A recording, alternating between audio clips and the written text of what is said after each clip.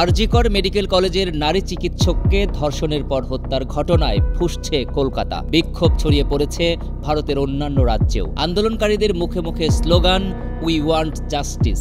পাশাপাশি বিভিন্ন হাসপাতালে চলছে কনিষ্ঠ ও আবাসিক চিকিৎসকদের কর্মবিরতি।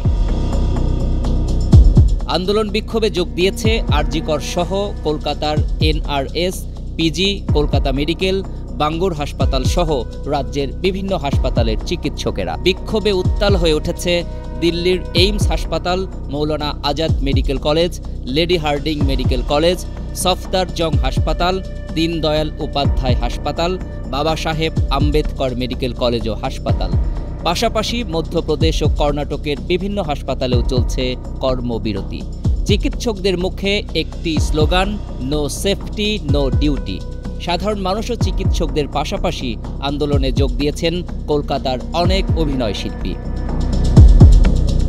গেল বৃহস্পতিবার রাতে হাসপাতালে দায়িত্ব পালন করছিলেন ওই নারী চিকিৎসক। পরদিন সকালে অর্ধনগ্ন অবস্থায় মৃতদেহ পাওয়া যায়। যৌনাঙ্গে পাওয়া গেছে আঘাতের চিহ্ন। মা বাবার একমাত্র সন্তান ওই চিকিৎসক আরজি কর মেডিকেল কলেজে পোস্ট গ্র্যাজুয়েট করছিলেন, ছিলেন দ্বিতীয় বর্ষের ছাত্রী। হত্যা ধর্ষণের ঘটনায় একজনকে গ্রেপ্তার করা হয়েছে। পদত্যাগ করেছেন মেডিকেল কলেজটির অধ্যক্ষ সন্দীপ ঘোষ। এই ঘটনায় মুখ্যমন্ত্রী মমতা বন্দ্যোপাধ্যায় পুলিশকে তদন্তের নির্দেশ দিয়েছেন। তবে মমতার উপর ভরসা করতে পারছেন না আন্দোলনকারীরা। তারা দাবি তুলেছেন ঘটনাটিতে বিচার বিভাগীয় তদন্তের। পুলিশ যত তাড়াতাড়ি সম্ভব দোষীদের গ্রেপ্তার করবে। আর রবিবার পর্যন্ত যদি তারা কোন কিনারা করতে না পারে, কারণ ভেতরেও তো অনেকে আছে, তাহলে আন্দোলনকারীরা বলছে ওই হত্যাকাণ্ড একজনকে দিয়ে সম্ভব নয়। এর পেছনে যারাই আছে সবাইকে খুঁজে বের করে কঠোর শাস্তি দিতে হবে। যতদিন অপরাধীদের ধরা না হচ্ছে ততদিন চিকিৎসকদের কর্মবিরতি চলবে।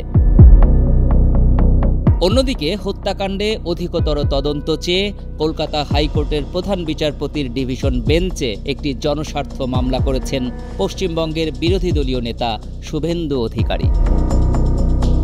আন্তর্জাতিক ডেস্ক, 52 টিভি।